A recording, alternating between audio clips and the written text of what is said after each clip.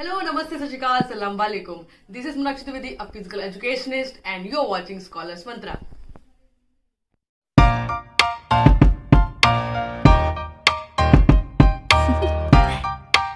Do you want to know? Welcome to the another topic of biomechanics and एक video हमारा हो चुका है और उस वीडियो को आपको ने बहुत पसंद किया, उसके लिए थैंक यू सो मच। आपके लाइक्स, कमेंट्स, और अगर आपको वो टॉपिक पसंद आया तो आपको आने वाले सारे के सारे बायोमैकेनिक्स के टॉपिक्स जरूर पसंद आएंगे, क्योंकि ये सारे टॉपिक्स बहुत ज्यादा इंपॉर्टेंट के साथ बहुत ज्यादा इंटरेस्टिंग भी हैं। तो इसी के बारे में आज हम लोग बात करेंगे। आज एक और नया टॉपिक और बहुत ज्यादा इंपॉर्टेंट टॉपिक है बायोमैकेनिक्स का। इसमें हम लोग इंट्रोडक्शन की बात करेंगे। दूसरा, बायोमैकेनिक्स दो पार्ट्स में कैसे डिवाइड हो जाता है उसके बारे में भी हम लोग यहाँ पे बात करेंगे। तो वीडियो लंबा हो सकता है, तो जरूरी है कि आप लोग हर एक कॉन्सेप्ट को अच्छे से देखें, अच्छे से समझें और वीडियो को लास्ट तक जरूर देखें अगर पूरी की पूरी कॉन्सेप्ट को समझना है तो। चलिए आइए स्टार्ट करते हैं। Let's start it. तो सबसे पहले हम लोग बायोमैकेनिक्स की डेफिनेशन यहाँ पे देख लेते हैं कि बायोमैकेनिक्स इज द साइंस। आपको पता है कि अगर ये बायोमैकेनिक्स साइंस है तो कौन सी साइंस है? It is a physical science. Okay, मैं यहाँ पे लिख देती हूँ आपके लिए, it is a physical science. And physical science में आता है आपका physics and maths. Biomechanics is a physical science concerned with the internal as well as external forces acting on the human body and the effect produced by these forces. Okay, now you are getting कि जो biomechanics है ये किसके साथ deal करती है? ये internal और एक्सटर्नल फोर्सेस के साथ डील करती है। और अगर आपको पता है कि जब किसी की चीज के ऊपर कैसे भी फोर्स जब एक्सर्ट होगा, किसी भी चीज के ऊपर फोर्स पुट किया जाएगा तो उसका इफेक्ट तो होगा, और इफेक्ट किस में होगा? मोशन में होगा। ओके, तो ये इसी चीजों के साथ डील करती है। बॉडी के ऊपर फोर्स, उसका इफेक्ट कैसे हो रहा है उसको एनालाइज करने का काम करती है। और अगर फोर्सेस की बात हम लोग करें तो यहाँ पे आप देख सकते हैं कि अगर इंटरनल फोर्सेस की बात अगर यहाँ पे हम लोग करते हैं, muscular force, that means the force of your muscles. आपको पता है आपकी बॉडी में इंटरनल जो आपकी मसल्स हैं उससे जो फोर्स एक्सर्ट होगा, this is your internal force. और अगर एक्सटर्नल फोर्सेस की बात करें, मतलब आपकी बॉडी के बाहर की बात हो रही है, मतलब ऐसे फोर्सेस की बात हो रही है जो आपकी बॉडी के बाहर है। Okay, like environmental forces. अब आपको पता है कि एनवायरमेंटल फोर्सेस में कौन कौन से आ जाएंगे?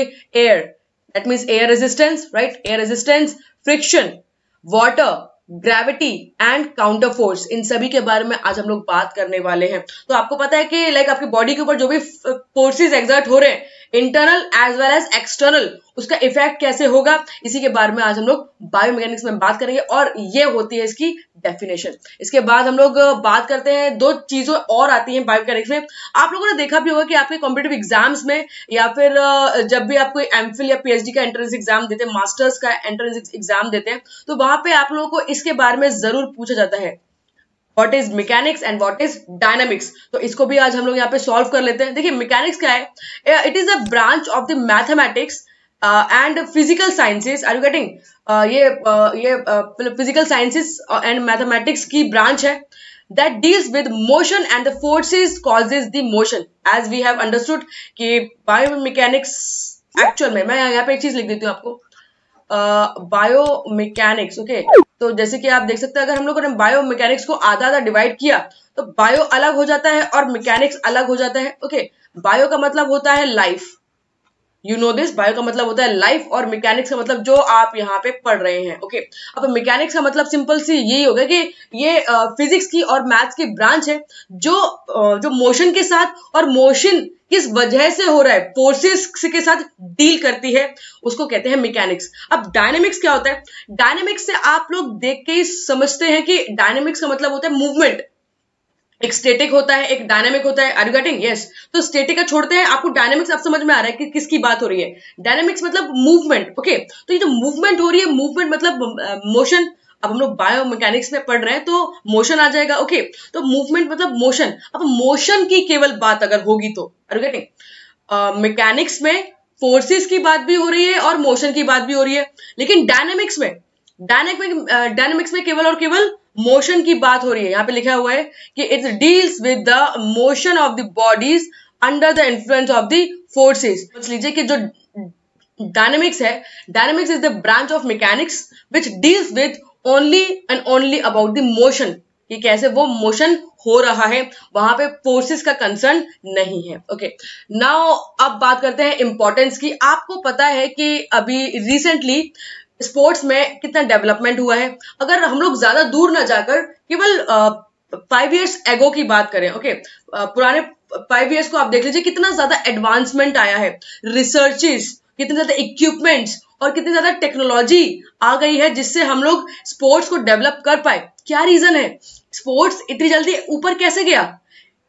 मैं बाहर की बात नहीं करूंगी, आप अपने इंडिया को ही देख लीजिए। इंडिया का जो स्पोर्ट्स था, स्पोर्ट्स कुछ टाइम पहले, अराउंड 5 साल पहले अगर हम लोग जाके देखें तो स्पोर्ट्स लाइक उतनी अच्छी कंडीशन नहीं थी, बट आज स्पोर्ट्स की काफी अच्छी कंडीशन है बिकॉज ऑफ रिसर्च। और रिसर्च से हम लोगों ने ऐसे ऐसे इक्विपमेंट्स तैयार करे और जो कि बायोमैकेनिक्स में यूज हुए, और बायोमैकेनिक्स में उस इक्विपमेंट से हम लोग स्पोर्ट्स को एक अच्छा एक मुकाम दे पाए। ओके, तो यहाँ पे जैसे कि आप देख सकते हैं, evaluation of existing techniques end of for learning and the training, that means जो भी ट्रेनिंग हो रही है, क्योंकि ये आपको पता है कि बायोमैकेनिक्स का जो मेन पर्पस है, बायोमैकेनिक्स क्या, स्पोर्ट्स में हम लोग जो भी चीजें पढ़ रहे हैं उनका एक ही मेन पर्पस है, to how to enhance the sports performance. तो बायोमैकेनिक्स का भी एक मेन पर्पस है that how to enhance the sports performance। तो यहाँ पर भी क्या हो रही है बात कि जो भी existing टेक्निक है उस टेक्निक का कैसे इवेल्युएशन, मतलब इवेल्युएट करना है कि वो जो टेक्निक है वो किस तरीके से काम कर रही है। Okay, next is find out the faults. जो भी आप टेक्निक कर रहे हो, आपको पता है कि कितने सारे स्पोर्ट्स के मूवमेंट्स होते हैं, वो उनमें से जो मूवमेंट्स होते हैं वो कितने ज्यादा कॉम्प्लिकेटेड होते हैं, बॉडी के movements. Are you getting? Okay, अब जैवलिन थ्रो का एग्जांपल आप यहाँ पे देख सकते हैं, वेट लिफ्टिंग का एग्जांपल आप लोग देख सकते हैं, इसके प्लेन्स, इसके एक्सिस, इसका एंगल कितने कितने डिग्री पे होना चाहिए, वो सारी की सारी चीजें कैसे समझ में आएंगी? With the help of biomechanics, क्योंकि बायोमैकेनिक्स का काम क्या होता है? To analyse the motion of the body, evaluation of the training exercise and equipment. कौन सा इक्विपमेंट किस ट्रेनिंग, आपको पता है ना आजकल के अगर जो भी आपको पता है कि अगर पतला इंसान है तो वो भी, उसका भी पर्पस है जिम जाने का, अगर मोटा इंसान है तो उसका भी एक पर्पस है जिम जाने का। मतलब पतले इंसान के लिए भी जिम है और मोटे इंसान के लिए भी जिम है। दैट मीन्स पर्टिकुलर ट्रेनिंग किस इंसान के लिए है, आजकल ये भी बहुत ज्यादा स्पेसिफिक हो रहा है। इक्विपमेंट किसके लिए पर्पस है, वो भी आजकल सब कुछ स्पेसिफिक है। ये सब स्पेसिफिक और ये सब जो चीजें हैं, इवैल्यूएशन कैसे हो पाया?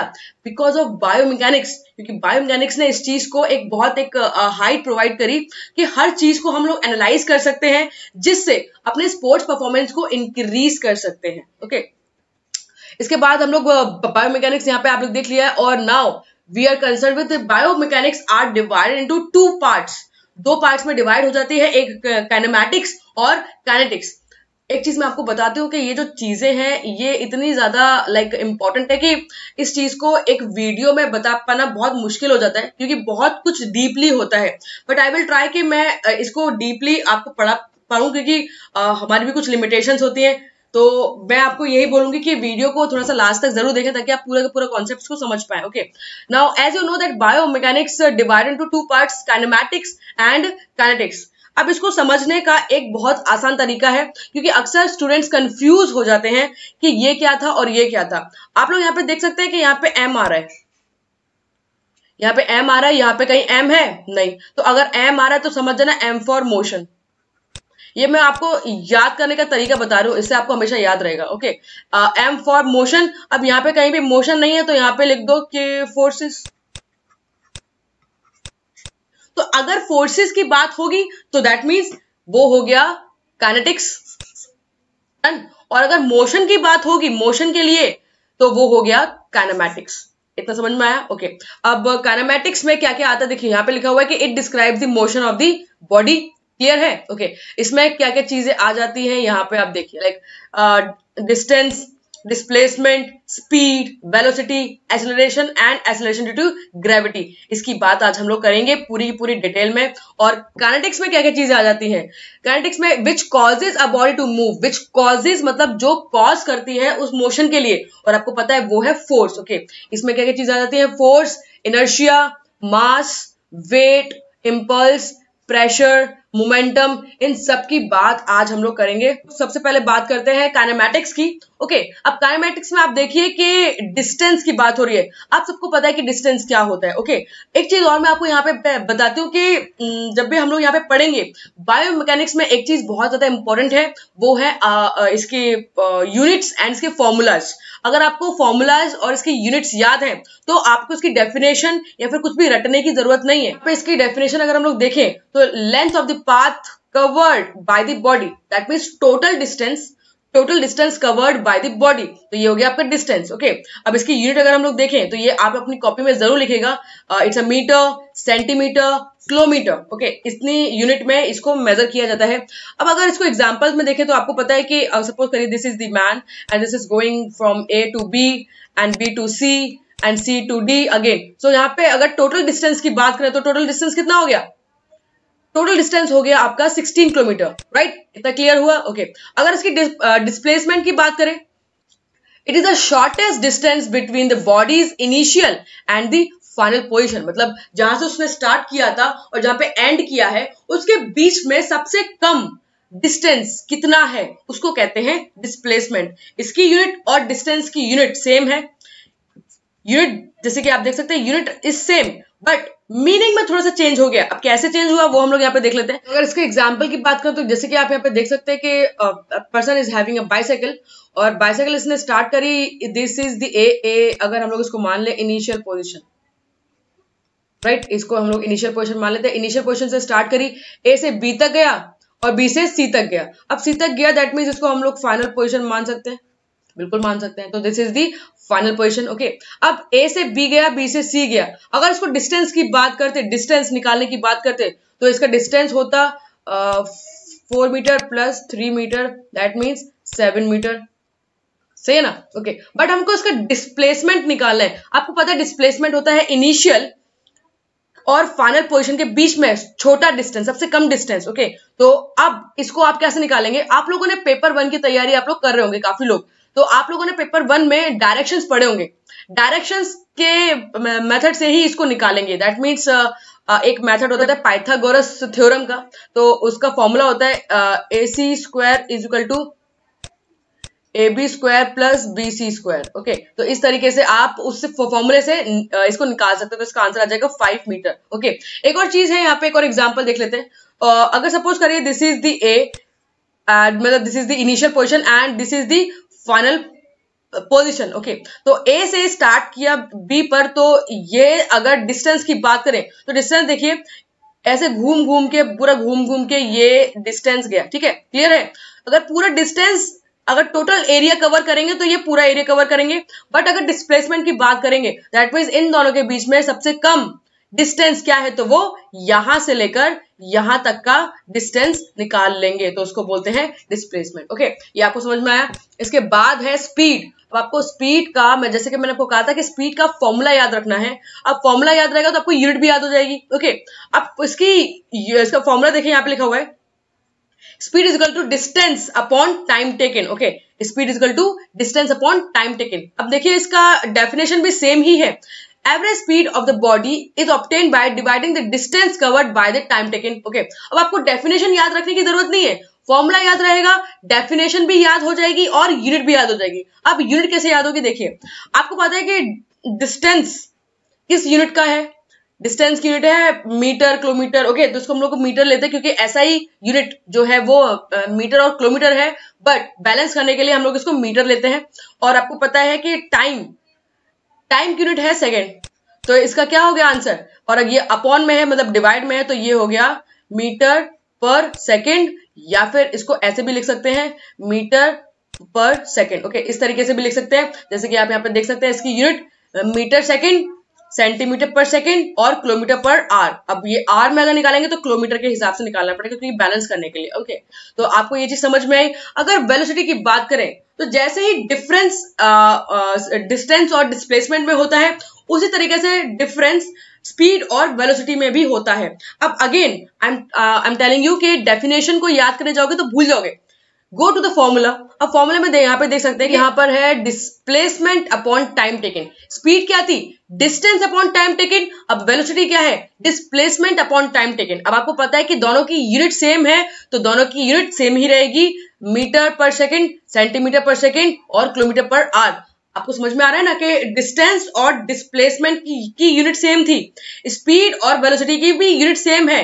दोनों में डिफरेंस क्या है? एक में डिस्टेंस आ रहा है, एक में डिस्प्लेसमेंट आ रहा है, बस यही डिफरेंस है। ओके, और अगर हम लोग स्पीड की और वेलोसिटी के डिफरेंस की बात करें तो यहाँ पे देखिए कि अगर स्पीड का मैं आपको बोलूंगी कि speed is simply how fast you are travelling, मतलब स्पीड कितनी तेजी से आप वो काम कर रहे हो, कितनी तेजी से आप डिस्टेंस कवर कर रहे हो।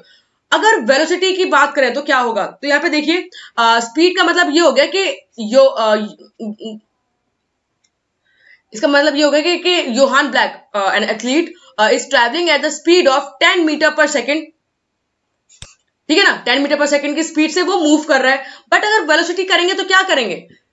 इसमें आएगा कि velocity is a speed in a given direction. Okay, now this is very important. आपको एक चीज का यहाँ पे ख्याल रखना पड़ेगा कि वेलोसिटी में डायरेक्शन भी होता है और स्पीड में कोई डायरेक्शन नहीं होता है।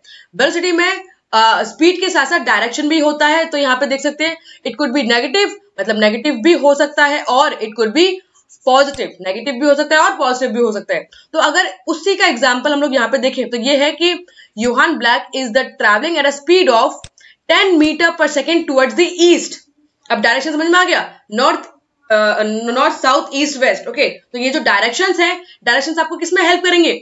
आपको एक वेलोसिटी को मेजर करने के लिए। ओके, अब आपको एक चीज यहाँ पे समझ में आ रही है, मैं आप लोगों को यहाँ पे लिख देती हूँ।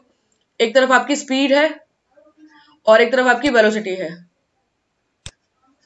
ओके, तो आप लोगों को समझ में आ रहा है कि स्पीड में केवल मैग्नीट्यूड है, स्पीड में क्या है? केवल मैग्नीट्यूड है, और वेलोसिटी में आपका मैग्नीट्यूड भी है प्लस डायरेक्शन भी है। ये आप लोग जरूर लिखिएगा कि स्पीड में केवल मैग्नीट्यूड है, मतलब कितना अमाउंट ऑफ डिस्टेंस ट्रैवल कर रहा है कोई बॉडी, और वेलोसिटी में मतलब कितना अमाउंट ट्रैवल कर रहा है और कहां ट्रैवल कर रहा है, मतलब किस डायरेक्शन में ट्रैवल कर रहा है। तो ये दोनों की दोनों चीजें हैं। आप लोगों को एक चीज पता होगी, स्केलर एंड वेक्टर क्वांटिटी, कहीं ना कहीं सुना होगा, कहीं ना कहीं देखा होगा, पढ़ा भी होगा, आई होप। तो स्केलर एंड वेक्टर क्वांटिटी हम लोग अगले एपिसोड में जरूर कवर कर लेंगे। अभी यहाँ पर इसको हम लोग बीच में लेकर नहीं आएंगे क्योंकि आप लोग कंफ्यूज हो जाओगे। ओके, अदरवाइज आप लोग ये समझ के रखिए कि जो स्पीड है उसमें केवल मैग्नीट्यूड होता है और वेलोसिटी में मैग्नीट्यूड और डायरेक्शन दोनों होता है। दूसरा, speed is a scalar quantity and velocity is a vector quantity. अब ये स्केलर और वेक्टर क्या होता है हम लोग अगले एपिसोड में जरूर देख लेंगे। Okay, now next is acceleration. अब एक्सेलरेशन का सिंबल आप लोग यहाँ पे याद रखेंगे। एक्सेलरेशन मतलब ए से इसको डिनोट किया जाता है। अब एक्सेलरेशन का अगेन हम लोग इसका फॉर्मूला याद रखेंगे कि acceleration is equal to change in velocity upon time taken. Okay, change in velocity upon time taken, ये इसका फॉर्मूला है। अब चेंज इन वेलोसिटी का मतलब क्या है? That means final velocity minus initial velocity upon time taken, ये इसका फॉर्मूला है। आप लोग अच्छे से इसको याद रखेंगे।